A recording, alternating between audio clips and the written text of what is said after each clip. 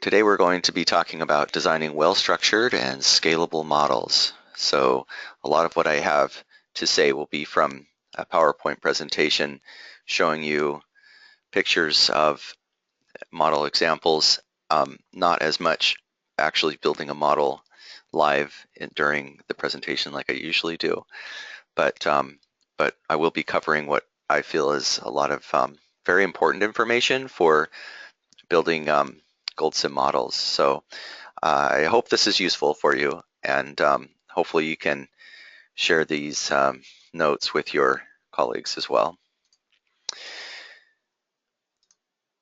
So why am I talking about this subject? It's important um, because GoldSim is so visual. It's easy to build a model very quickly and kind of take a bottom-up approach by just adding a bunch of data and connecting logic and building as you go, kind of designing on the fly. This can get you into trouble. You might end up with a model that's difficult to maintain. So following some basic rules and guidelines, I think, can help a lot in the long run. And that's what I want to talk about today. And also we want to be able to build a model that can adjust and adapt and be robust and scale up. So what I'm going to cover for the most part is just the basic process of building a model and going all the way from the concept through to the presentation of your model, deliverables. The biggest part of this will cover implementation, but I do want to cover all of these points.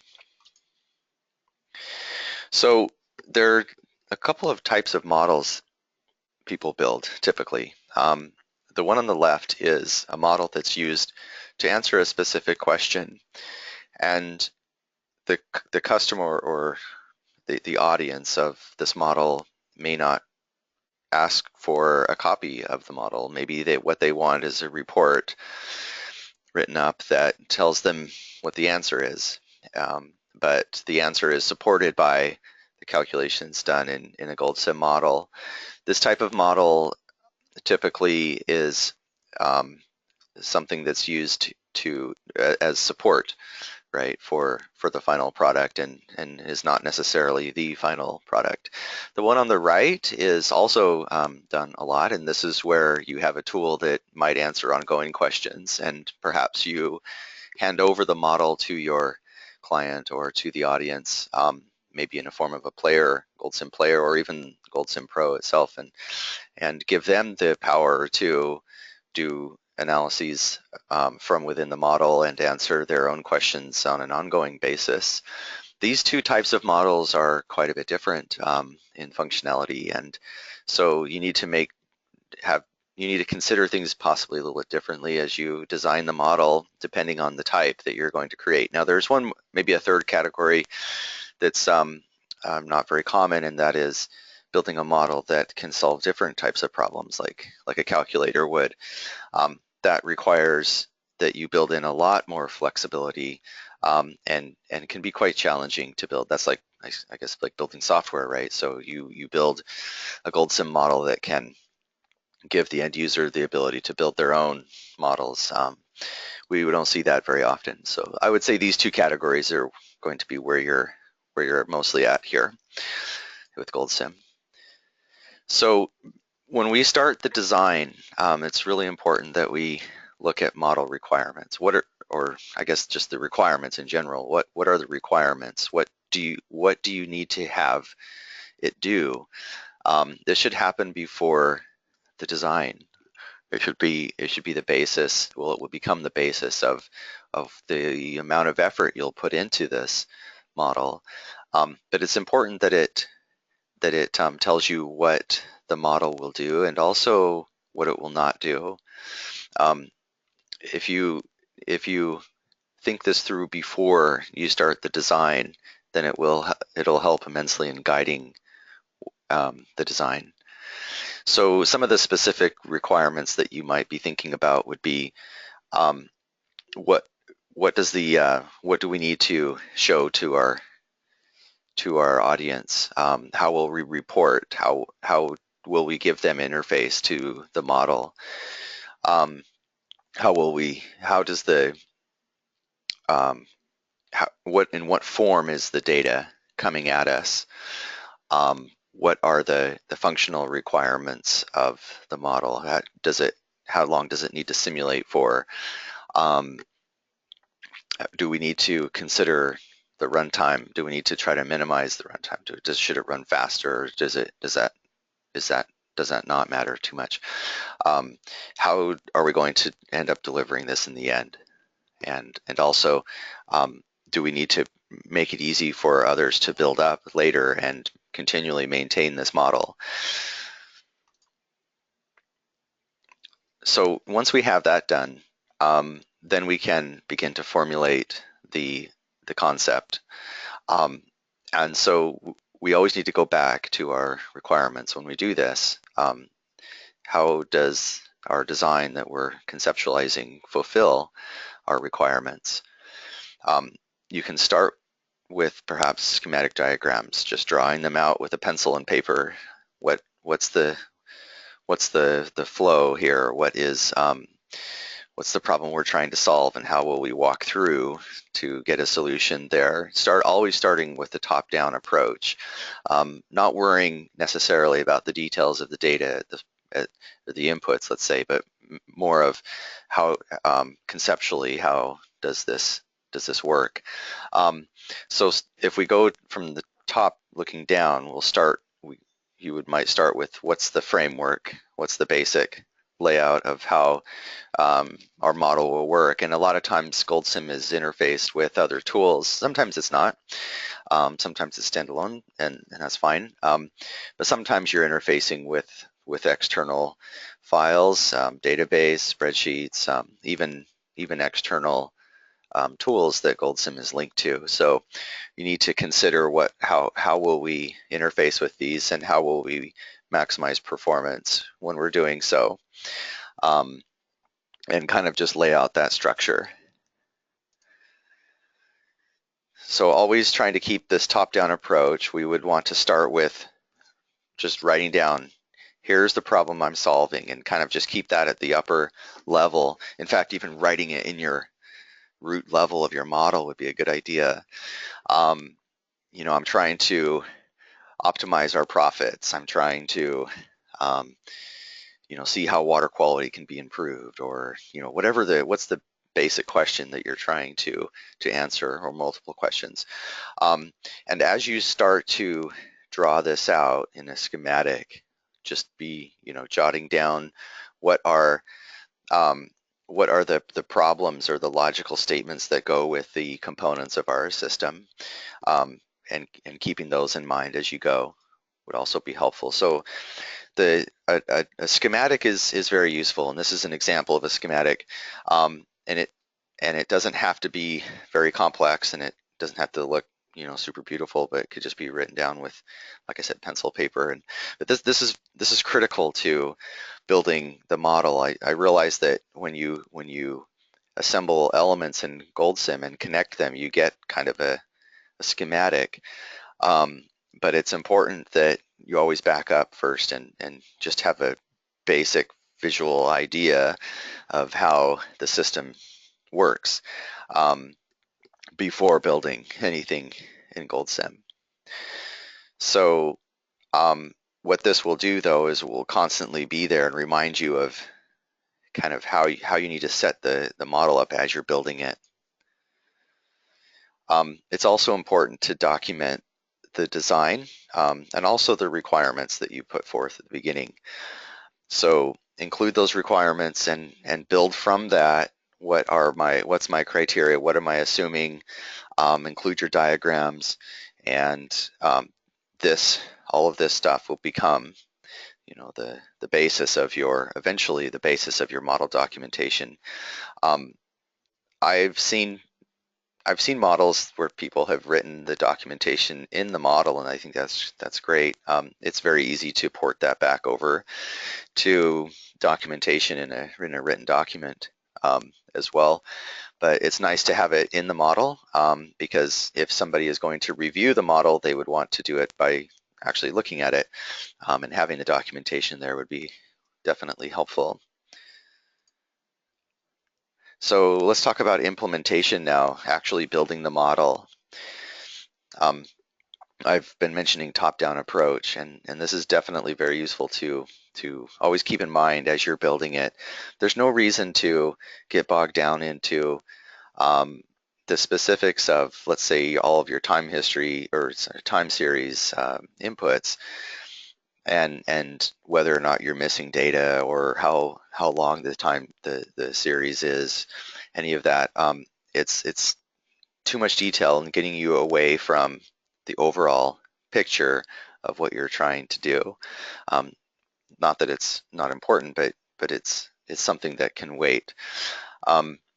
So as you're building, starting with this top-down approach, it's important that you test as you go, and you can do that by building the model in a certain way, which I'll kind of show here in a bit. But if you test as you go, then you kind of ensure that your logic is sound and that the model is robust before you have scaled the whole thing up to the point where it's too difficult to debug and find problems quickly. You can find them, but it would take a lot longer than when it's in its early stages. So as you build, it's important to try to document as much as you can, and also consider the overall graphical design of each page of your model, because changing that dramatically at the end is always more difficult, right? After you've scaled it up, you've got a lot more work, rather than if you have set that forth at the beginning, then it would not be as difficult. So also, a lot of models have a user interface, a dashboard, and you want to have an idea of how those will be used in your model from the beginning, not necessarily building them all out, but having placeholders for them. Standards are also good to have, so listing, what will we hold to as we continue to build this, what are our naming conventions and so forth. Versioning and file management is important too, and I'll talk about that a little bit more later. Okay, so let's say that we go from our schematic into GoldSim and start building a model. This is perhaps what it might look like.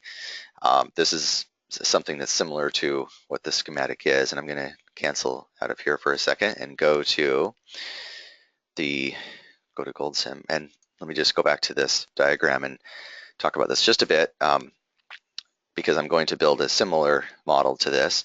What we have is a river on the left, and from the river we divert, and I have a little A symbol here, meaning we have an allocator, because we want to divert as much as we can from here, from the river, for our needs, but there may not be water available, and so that means we'll probably have an allocator going there.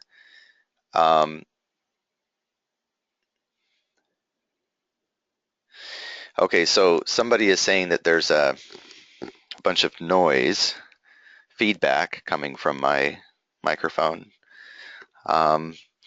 If you're having trouble hearing me, can you please click on the hand icon there? Just kind of let me know. I'll try to make sure that I'm not bumping something as I go here. All right, so going back into GoldSim. So here's the GoldSim model, and I could put these side by side, I guess. Let's see. I'm not sure if that really helps, but so what you can see here is that I've tried to build the kind of the same setup as what we see in this schematic. So over here, like I said, we have a stream. We want to divert water from the stream, and it first flows into pond 1, and then we have water from there flow into pond 2, and then we need to allocate supplies to supply A and supply B. From there, this water is split. Some flows eventually back to the river, and some is recaptured as return flow back to pond 1. And we also have overflow from pond 1 that goes to pond 3. So that's the basic setup of this model. It's just something I dreamed up just because I feel like it's a pretty good example of a flow system. And I realize that many of you are coming from different backgrounds and build models for different reasons, and not just modeling ponds like this, but the concepts should be the same. Okay, so now what we could do is we could start building this model by talking about, well, what's the times, we have a flow gauge on the stream, and we gather a bunch of data, and it's in a big database, and we have all these time series, and we can throw them into GoldSim. But no, I'm going to say, let's back up for a second, and let's not worry about any of that. Let's just build these basic building blocks that we see on this screen right here. Okay, so rather than build those during this presentation, I just built those kind of quickly here. And essentially what I have here is inflow, we have this diversion, we have the downstream flow. So over here on the left is the river. And there is nothing else in this model. There's no other level. I could open the browser here. So that is all we're seeing there. So yeah, I didn't want to get into the details of what's controlling this, what's the data that we're using, and results processing and all that, but it's just the flows. So the river's on the left, water flows into pond 1, and then I have an allocator associated with each of these ponds. And the reason I'm doing that is because oftentimes with a reservoir or a pond, when you're talking about deliveries from them, typically you're going to have a paired allocator with it. The reasons for that is because you have natural flows coming out of the pond, so seepage, evaporation, things that you cannot control. And then you also have the things you can control, which are opening gates and turning on pumps and so forth. So because of that, it lends well to using an allocator. So what you can see if I open this allocator is that I have water, I have a demand for evaporation, and I have a demand for water that flows to pond 2 there. Okay, anyway, so I've set up each of these 3 ponds in a similar way. They all look exactly the same. Then all I do is I go into the different elements here. If I go back into the allocator, you'll see that the amount coming in is the pond 1 withdrawal rate. And so that causes the line to flow from here to here. If I go into pond 2, you see that the inflow is the name of the allocator, pond 1 discharge, to pond 2. And I just walked my way through this entire model and obtained the flow that I need. And I realized that this is not realistic. I've just put a 1 cubic meter per day in my inflow, right? I didn't try to link it to the data, but just put in a simple constant there. Okay, so somebody asked, and it's a good question, do delay elements need to be material delays, or can they be inflow delays, and is it purely to avoid recursive loops? It is a good question. So you can see down here that I have, well, actually I have 2. In this case, I'm using material delays, and an information delay should be used for when you're delaying something that's not a material. So this might be a signal or a response. Let's say that you're simulating an operator that needs to respond to something that you ask them to do, and you want to delay the trigger for them to go do something, then that might be more of an information delay. It's when you're delaying just a what's the best way to say it, a signal, not a flow, not something that's physically moving through space. if you're simulating rocks on a conveyor, or if you're simulating water flowing or air moving through a pipe or something, that's all materials, fluids and solids and so forth. But an information delay would be if you have, let's say, a changing economic influence factor, let's say, and you want to say that that economic influence factor is affecting the amount of appliances that people buy. Well, but it's delayed by a year, that kind of thing. Then you would use an information delay to simulate that. But yes, I am using these delays to break a recursive loop, because as you can see here, if you look at these arrows, for example, from pond 1 to pond 3, we have overflow coming from pond 1 to pond 3, and then immediately from that, returns coming back. And in reality, what I'm also saying is that, yeah, return flows are probably going to be slightly delayed in this loop. And also the same thing down here. So when we're talking about return flows, I'm having them delayed slightly through here. So there are other ways of getting around this. If you have a large time step, and it does, let's say you had a 1 month time step,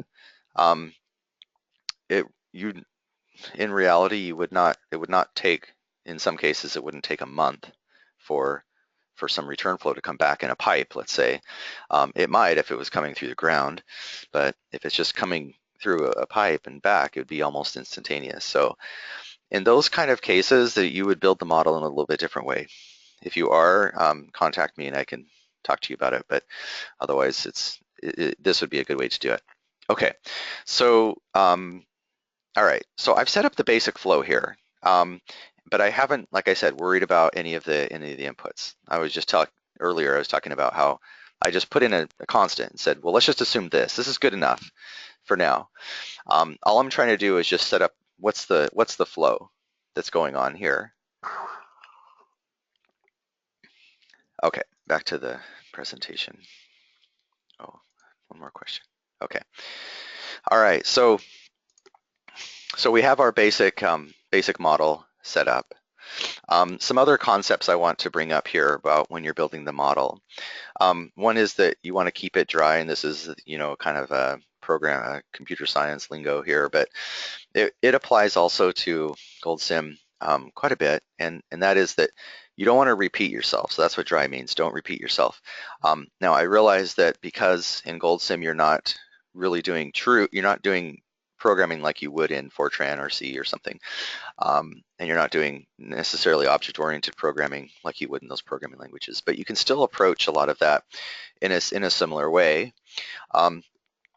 While you cannot, write generic functions or create classes, you can you can create containers that provide local scope.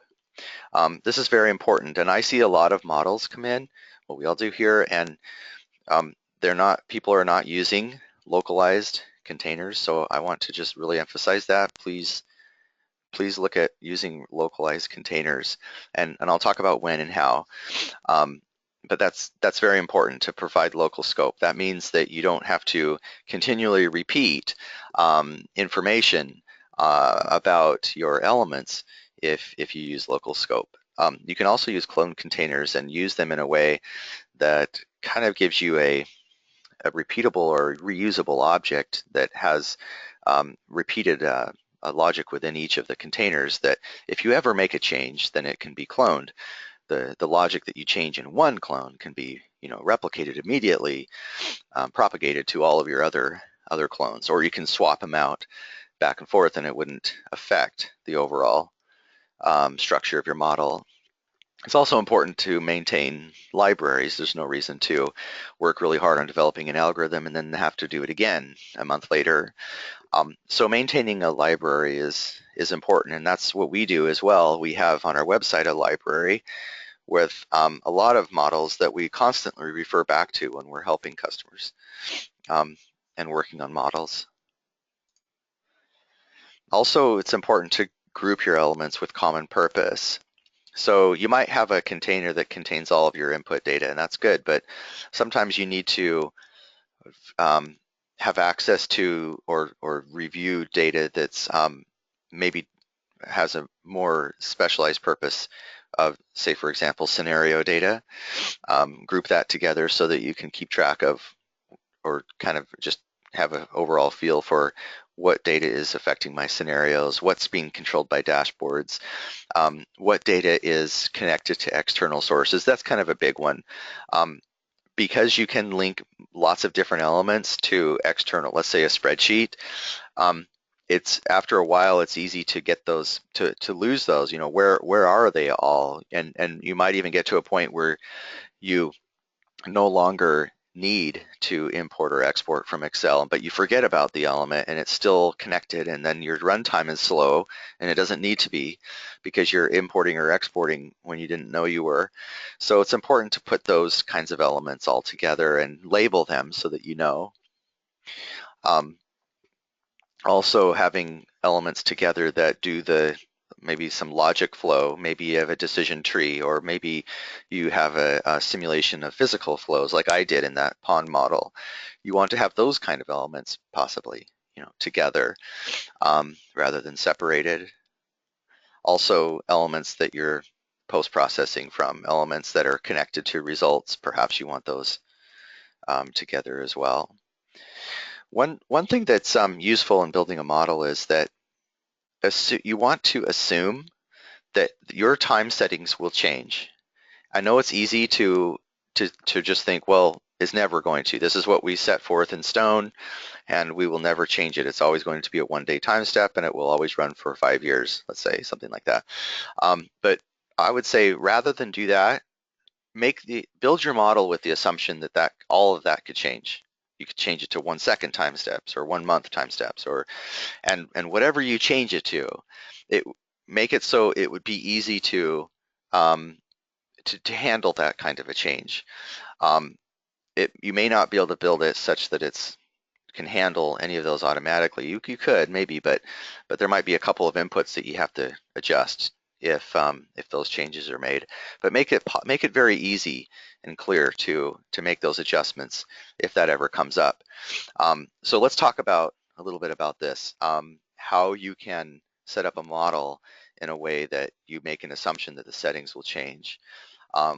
What you want to do is you want to structure your expressions not with the assumption of a single time setting. So don't bury data in your expressions. And I'll give you some examples here.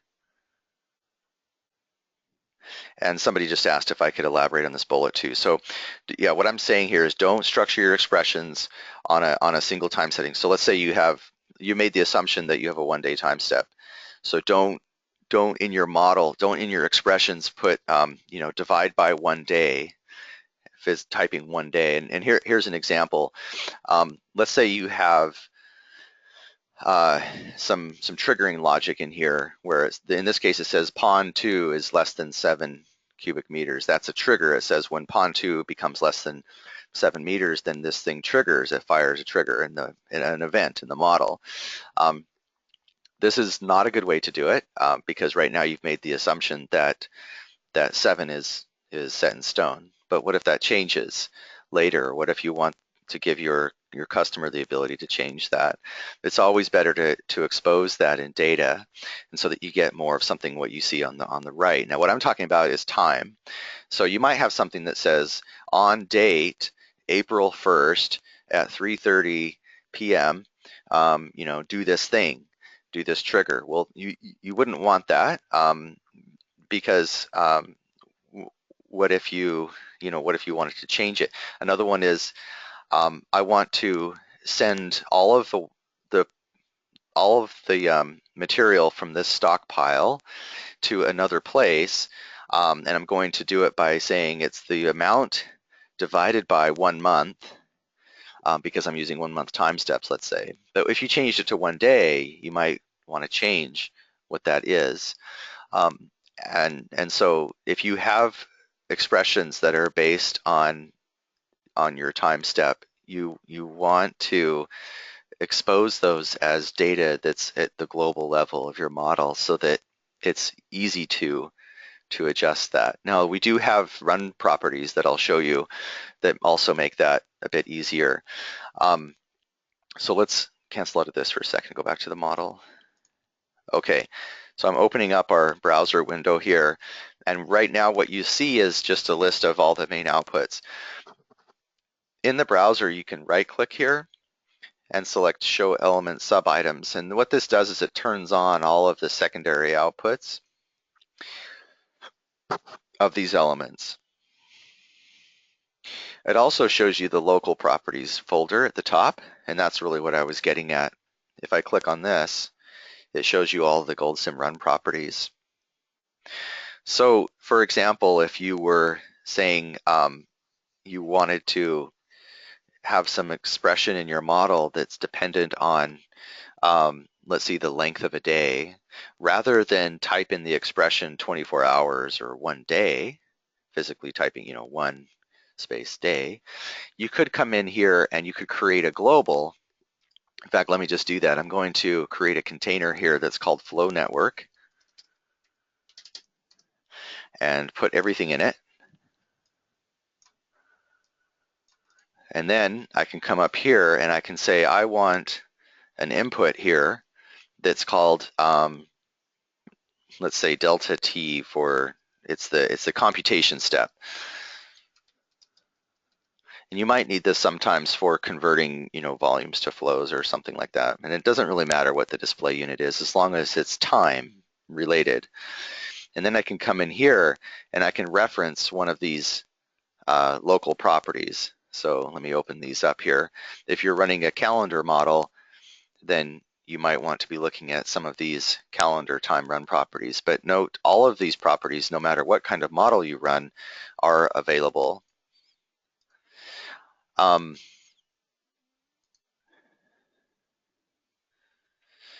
Okay, so let's say you're running an elapsed time model. You can still access the quarter, the date, the day of year. All of these are calendar type outputs. But when you do an elapsed time model, there still is a start time associated with that and an end time. So you can adjust these.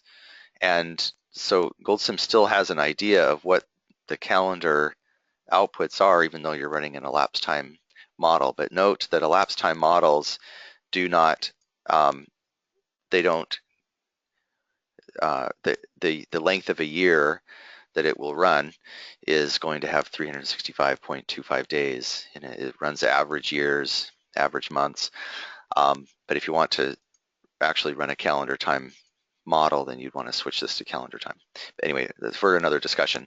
But all of these things can be accessed, but they should be, in my opinion, they should be accessed up here at the global level, where we'd come up here and we would say, let's say days in month times 1 day. And this would be a good way to have in your, if you wanted this to be a 1 day length of time that you use throughout your model, then this is a global,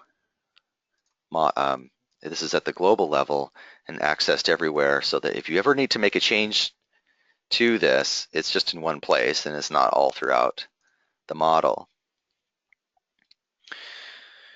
Somebody asked, if my model is running calendar time, do I only want to use or reference calendar time run properties? Usually you would only do it that way, but there are some times when you may want to, I can't really think of a good time when you'd want to do it, but I've seen it come up. Perhaps, for example, you do want to simulate. It's a little bit tougher because an elapsed time, it's not on a calendar. So why would you reference a calendar output in a non-calendar run? You can. That's all I'm saying is you can, and GoldSim will it will be keeping track of where you are on a calendar, but it won't be stepping in through time like on a calendar. It will be stepping through in an elapsed time basis. So usually you would not do it, but you can. They are available. Similarly with elapsed time, if you're running a calendar model, and this I could see doing more of. If you're running an elapsed time model, I could see that you might want to access how many total days have elapsed during your simulation, for example, or how much e-time has elapsed during the simulation. So yeah, you can use both in either type, but it's not as it's a little bit more rare. Also, another one that could be of interest is the reporting periods. So another one that you may be interested in is, what if, for example, you have events that are occurring randomly in your model? So if you have an event that occurs halfway through the day, but you want to know how many more hours until the end of the day, you could get that with reporting periods. So if I set my model up, for example, with minor and major reporting periods, and then changed my basic step to none, and then let's say I had monthly and then daily, like this. If I set up reporting periods like this, what that means is, and you can check it here by clicking on Show Scheduled Updates. This shows you when GoldSim is going to be doing updates. And what you can see here is that it's doing it once a day and once a month. So it's got, you can see the major and minor as we walk through this. Step 4 is a major. And anyway, so the majors are all the months, but the days are in between. So that's when it will be doing updates. The important thing here is that, notice when I click on OK, you see in the simulation category, you see that we have reporting period type, oh, where did I go? Up here. Reporting period type run properties that have been added. So here's one that's called, it's called R time minor. So this is the remaining amount of time within your minor period. And this would give you immediately the amount of time until the next minor reporting period, and that would be the amount of hours or amount of time left in the day. So sometimes people are wanting to know what in a forward-looking manner, what the amount of time in the time step will be, and I say time step loosely. What I mean is the reporting period, but what you might be thinking in your mind is time step, rather than looking backward, which is what the more traditional use of properties has been, I've noticed. This one called time step length, which a lot of people use.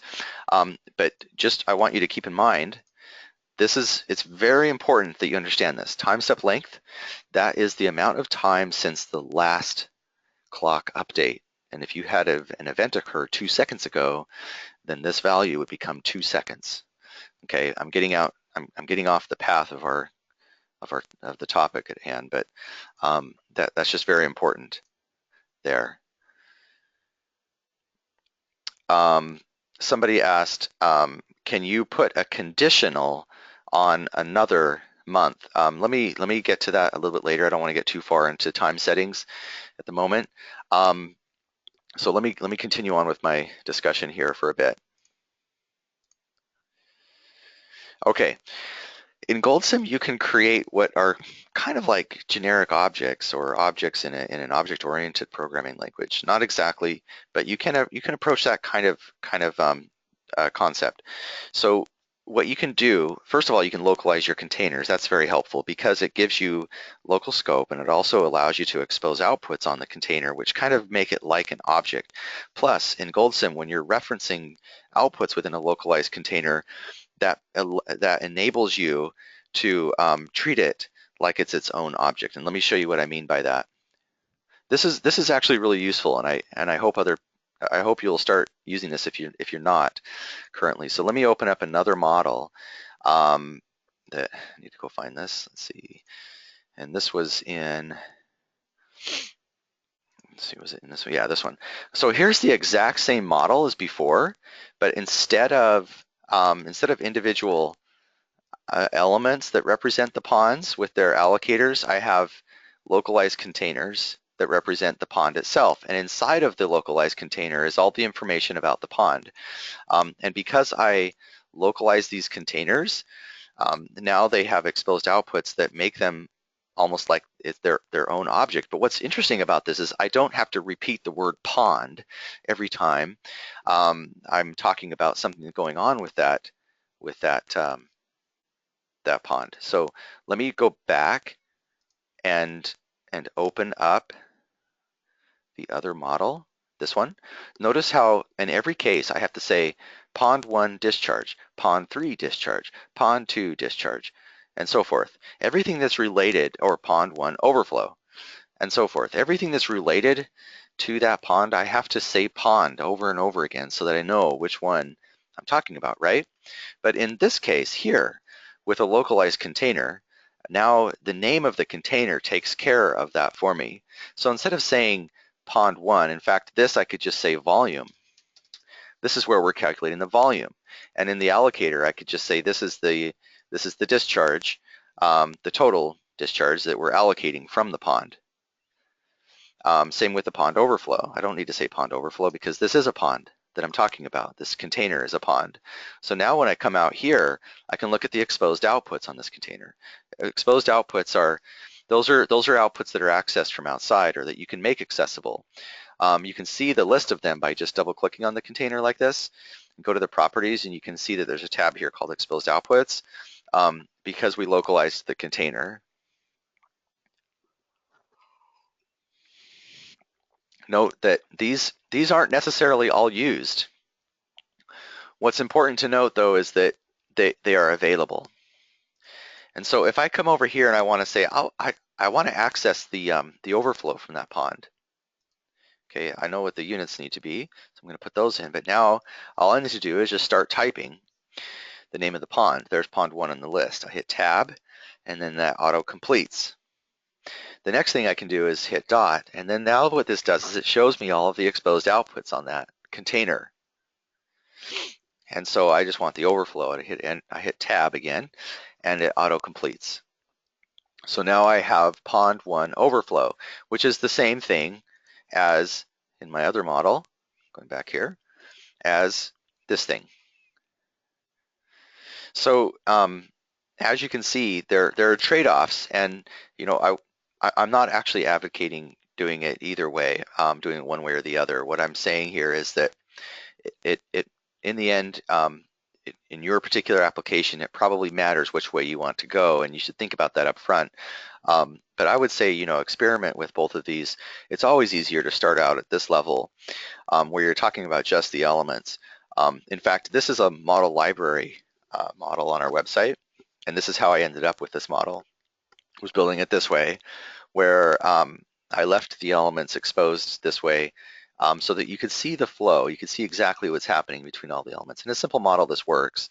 But a lot of times you have a lot more going on, a lot more controls at each of your components of your system, and so you're kind of forced to put it into objects like this. But the nice thing about these localized objects here is that, let's say I wanted to make a change to my ponds, and assuming that you have kind of generic logic within each one of these, let's say each one of these kind of has this sort of logic, then it would make it a lot easier to swap, to reuse or to remove an object and then put one back in its place and so forth. So that's one thing you can do there. Something else is what I see a lot of is I see a lot of people not localizing the containers. So let me show you an example of that. Nope, not that one. Here's one. Okay, so if somebody's not localizing the containers, what that means is that inside of each of these containers, you must keep the names of what this thing represents in all of your outputs in order to protect the namespace. So you can't have a conflict of namespace, right? So I have an overflow here. I can't just say this is my evaporation, right? I can't just say evaporation here because there's an evaporation at the other pond, right? I have to say evaporation pond 1 or else there's a conflict. But what that also means is your names become huge. You might have, a long name of something that this represents, and you end up with these really long names, and all of your equations become difficult to read. It's a lot easier looking at this to see to not have big names in here, but if all I have is just evaporation, then this equation becomes much easier to read, much better for the reviewers looking at your model. So I highly recommend localizing there. Another thing you can do is you can clone. Let me talk about that. Let's go back to this one here. What I could do is I could create clones of these containers, and that enables you to clone or automatically replicate changes that are made in one container into another. Okay, so let's just start with pond 1 and say that this is kind of going to be our master here. And let's say, oh, and you know what? I don't want to start with this one because we have more in here.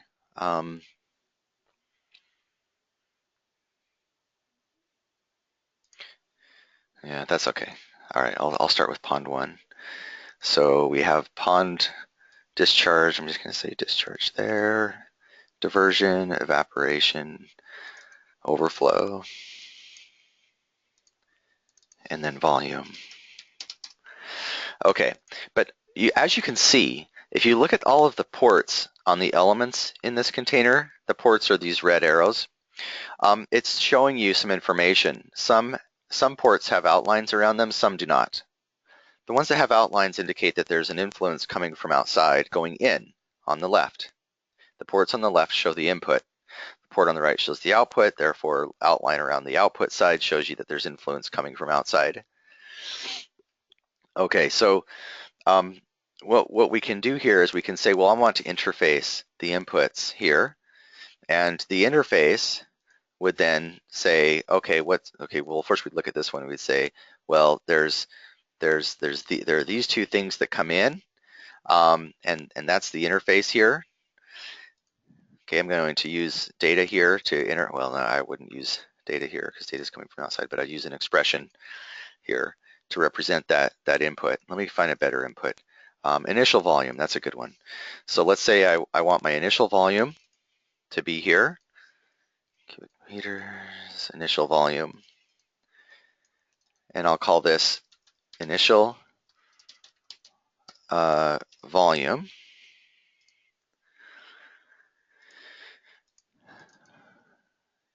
And, oh yeah, I have a name conflict already because I have an initial volume at the global level. Anyway, I'll call it this, init volume, like that. And now what I'm going to do is create my clone. And this is going to be just a typical pond. And I'm just going to say, I'm going to write that out. You wouldn't actually do this, but it's just to show that this is a generic, kind of like a generic object right here. This is your typical pond that I'm going to reuse throughout the whole model. And I'm going to grab everything and put it in there. Now I have things I have to fix here, but essentially what I'm going to do now is I'm going to link the initial volume here into this pond.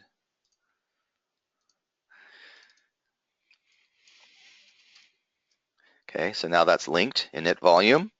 And now when I go back up a level, you see there's an arrow pointing. So this says that the initial volume is going into there. Now I'm going to localize this thing. And now I have a pond object inside of my pond 1. Now what I can do is I can copy and paste this object here, and I'm going to call this pond A, let's say, totally different pond. And then I come into this thing and I'm going to just delete the typical. It still has an initial volume. Okay, I'm going back into pond 1, and now I'm going to clone this typical pond into pond A. Now you see that there's a clone icon there. And now when I go back into pond A, you can see that the initial volume is still pointing there, and everything is exactly cloned. But the important point here is that I could say, well, actually, my initial volume for pond A is a different value at 7.2. But I can go back to pond 1, and this one has a totally different input. Different input, exactly the same functionality. And so you do cloned containers with a dual local containment. You have the outer, which represents the unique um, facility or component, and inside of there, you put your closed containers to represent the cloned elements.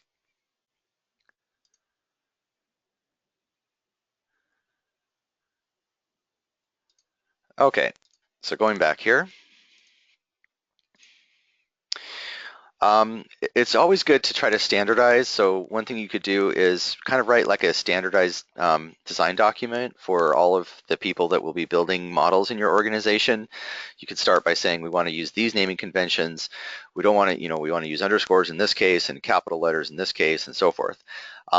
Probably want to avoid acronyms if you can, because that's always hard for the reviewers to look at. But it's always good to try to stay concise with your names on localized containers and regular elements. For open containers, so for non-localized containers, globalized containers, you could use very verbose long names because those names are not found, they're not used in expressions. But localized containers, you would want a concise name. You may want to consider what kind of influence lines do we use, what's our color coding and all that kind of stuff. Documentation, how will we document?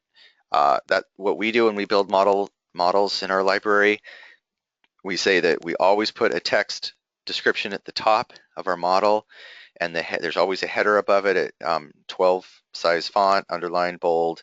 Below that is 10 size font. Anyway, so we've already set this all up. We do it for all of our models we create, make them all the same.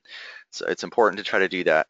Also, file management. It's good to follow a procedure. We have a customer that wrote a batch file that what it does is it essentially checks out the model. They're working on this model as a team. What they want to avoid is overwriting accidentally. So if one person opens the model, someone else opens it, whoever saves last is the winner. You don't want to have that kind of situation, right? So what they do is they wrote a batch file that they double click on it. It opens the file, but really what it does is it moves it out and it replaces in there a temporary text file that says, this model is checked out, contact whoever, so-and-so. And then when they're done, they click on this thing and it saves it back and checks it back in. So you can do that kind of stuff. We do have an example from this customer with this batch file if you're interested. Also, the versioning is important. So the way that I do versioning, what I really like to do is every time I do a new version, which here is in model versioning, I like to, every time I increment a version, so right now it says 1.001, I save my model file with that 1.001 at the end. And then when I make a change, I come back in here, I increment, and then I save again, save as my model file with that number at the end. And then as these models accumulate, I have an archive folder that's zipped, and I'll put these into my archive, and so that you always have a record of where you've gone. That's what I would like. That's what I like to do on project type models. So here are some examples of, this is at the high level of a model where you've got input, the system model itself, a mass balance check, model results. So these are all high level. Notice the containers are open, they're not localized. They don't need to be localized necessarily at this top level. Same thing with this model here, just, you've got inputs in one place, system model in another. Same thing there, but if you notice, if you look at this one, you'll see that there are localized containers because these actually represent physical objects in the real world. And so what we're doing is using localized containers to reference, flows coming from one into another. And so that's useful. Same with this one here. Notice also the color, the influence lines colors. At this level, some models, they can all just be one color, doesn't matter. Actually, you want to use, in some cases, like for decision logic, you want to use the default or a color coding that's used to show the difference between Booleans and events and values. That does work well, but in cases like this, you want to know where's the water moving, where's the money going, you know, that kind of thing. If you're trying to focus on that, you'd want to color code those differently than, say, the influences that are coming back or the feedback loops, the logic, right? So in this particular case, I'm separating out the logic versus the flows.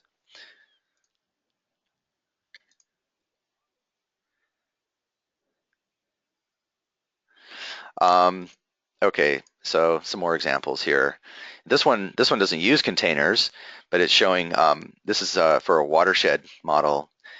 They're routing the flows through the system, but using all these elements to just kind of show where they're going there.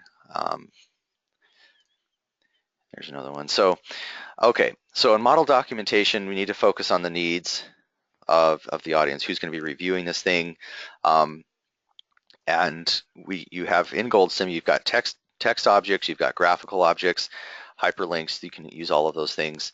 Why do people not do documentation? A lot of times they don't have enough time, right? There's not enough in the budget, and it's difficult to do, right? It's always difficult because you just want to get the thing done. Maybe you're on a tight schedule, you just want to get it done. You don't want to spend time writing a bunch of stuff, but typically it will come back and bite you in the end, unfortunately, because you just have to write down what you have to describe what's going on. And in fact, let me just show a quick model here. This is a model that somebody else built, John Tokes. Here, it's an excellent example of documenting and presenting a model in a nice way. So these dashboards that are in this model, they're pretty simple. You know, there's not a lot of flashy colors or anything, but just, you know, pretty concise, showing you just what you need. Not big dashboards. There's not a lot going on. It's not overwhelming. That's the important thing, which is nice. If I go into the model itself, and you'll see that there's an entire container just for documentation right here. And descriptions of a lot of different things. I mean, there's just containers here for nothing but just describing what's going on. In fact, there's even a change log, which I thought was interesting there. So very nice on the documentation. And anyway, so if I go into any of these parts of the model, you see there's a lot of write-up here. In fact, the best way, I mean, there's probably a report that goes with this, I'm assuming, I'm not sure, but the best way to get a good understanding of this would be to actually view the model. You know, hand over the model and say, here, this is how you review, or this is how you read about what we did in this model. Also notice how there's extents too. It appears that these pages could probably be printed on 8.5 by 11. There's kind of, you know, they don't ever extend over to the right further. And there's, you know, there's definitely consistency in how all of these have been written up. So definitely a good example of documenting a model there. Okay, so the components of documentation, I will provide this this presentation on our website. You can download, so you can go through this later. We don't have time to go through all of these in detail. I talked about versioning. Now, validation is always important. If you have some sort of third-party tool to compare your results to for various algorithms that you're using, that's always a good thing to have.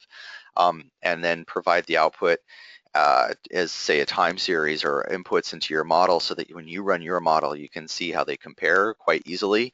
What I like to do is I'll take the third-party tool, run a very simple model, and get a time history from that and provide that as data input, as a time series input to my model. And then I will run mine with the same inputs and, you know, see how those two lines compare, that kind of thing. But one thing you need to keep in mind here, a lot of people do this with Excel. So they might have an Excel model where they're trying to validate against and say, okay, I'm trying to compare my GoldSim results to this. What happens a lot is that there's the time stepping difference that's not accounted for. And immediately it causes concern and shows differences between the GoldSim model and Excel.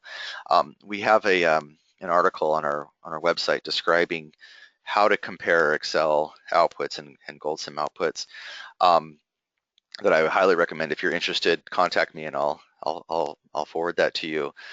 But just keep in mind that GoldSim can insert events. Okay, and Excel is only working on discrete points in time that you specify on your rows, that you're implying on your rows in your cells. But GoldSim is very different, right? So GoldSim can insert events, like in this model here. We say that the basic step is 1 day, but it could insert events. You can control that, of course, if you go to advanced here. You can not allow unscheduled updates to occur, and that would force all of your updates to only occur on your basic step, and that's fine. Some people do that. Another thing you could do is when you do your reporting, do it on a reporting basis. So, for example, you could come in here and you could say, I want to do a reporting on 1 day. So that means if inserted events are occurring, when you look at a time history chart, you will see the values that are occurring on those reported periods, but you could set it up so that you see the accumulation of all the events and things that have occurred in between on that reporting period, so you don't miss anything. Or you could show, for example, the average flow over that reporting period. And then that should come out to be, what you might calculate as an average flow between one row and another row in Excel. But just keep that in mind when you're running a model and you have this checked here, allow unscheduled, and then you go and you look at your time history. By default, GoldSim is not showing you all the results of all the events. It's showing you, if I go back to this default way we had this set up here, it's showing you the results on your basic step. If you're using reporting periods, you might have this set up to show reporting periods. It's showing you it on the reporting periods. But if you want to see every single output on every single event that occurs, go to Advanced and click on this, Include Unscheduled. This is just for debugging. It's just to do validation. It's not for production because you don't want to be doing, you can't see Monte Carlo results or scenario results with these checked, but this is just to validate your model and understand what's happening between your basics time steps. So that's important that if you want to see that, you have this checked and you have your time history elements created in order to look at that. It's always important to have an independent review, and you always want to have your documentation, your requirements, your design, all of your documentation of your model as the basis for that independent review, right? You can't just throw someone a model at someone and say, here, check it, right? You want to have the basis of your design in there so that they have something to go off of. Also, it's a good idea for the reviewer, right, to mark up the model. You can do that by highlighting elements in the model. So for example, you could come in here as a reviewer, you could say, well, something's wrong with this element. Go to Appearance and Fill and change it so that it's highlighted with a note, right? You could add a note there and so forth.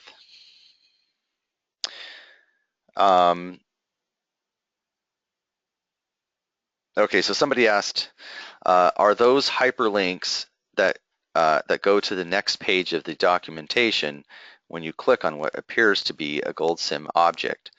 That's a good question. I assume you're talking about this example model I'm showing you. No, this is the actual, these are actual elements in the model, and they've turned off the influence lines. So if you go to Properties, you see that all the influence lines are filtered. So in some cases, you don't want to see the influence. And I'm not sure if we're going to notice anything here if I turn those on. Yeah, so you can see the influence lines are now turned on. So those were off, so they just look like independent elements, but they're actually not in this model. So it depends on the the kind of thing you're trying to portray, that you may not want to show those influence lines there. Okay, I'm almost done here on the presentation. It's important that on your presentation that you give high-level access to the important basic or I guess fundamental results that are kind of like the overall big picture. Don't create a dashboard that has 1 billion buttons on it on the first page. It'll totally overwhelm your audience, right? So you want to first point them to here's the gist of the model. There's 3 buttons to pick that show you kind of the big picture. If you want to get into more of the detail, here, go to this other dashboard and boom, it shows you a whole bunch of things you can go through. In my opinion, that would be good. So low level access, what I mean by that is, you have kind of child dashboards that you can get to if you want to get to other results, but the big main important results kind of at the high level. Also consistency is good, right? Use same color coding, so not color, color themes in both inside the model.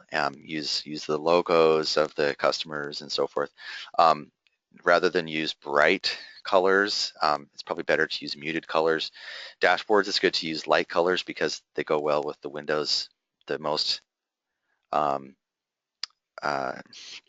modern of the Windows controls. So the latest controls that are being used, they work well best with light backgrounds. Here's an example of a model with pretty bright controls. This is one I built, and I'm not really proud of the colors there. I think they're too bright, but something to just keep in mind. I have a background image, which is nice, but I think maybe the colors are a little overwhelming. Here's one that's a little bit more muted. I think is a little better, but you can see that there's navigation on one side with the big these big buttons are kind of for the main parts of the model, and then you can drill in further with these smaller buttons. Here's a model that shows a schematic in a dashboard, and it has color coding for the various components of the system, but graphical lines drawn to show the flows. But you can see that the light color works. It works pretty well with the controls. And here's another one that's a bit simpler, showing there's some status displays that are showing the current state of various objects of the model. Anyway, so this gray just works the best with these controls because that's the color of the controls. I realize that's kind of boring, so you may want some additional colors, but a lighter muted color is always best for these kind of pages. That's what I found. So that's the end of the presentation. Sorry I went over a bit there, and you may have some follow-up questions, and I will take this time now to answer the questions. So I will be online here for a bit more, but that is the end of the presentation. Thank you so much for joining. I really appreciate it. Appreciate your time. It's always nice to see a good turnout. So thanks again, and we'll see you next month.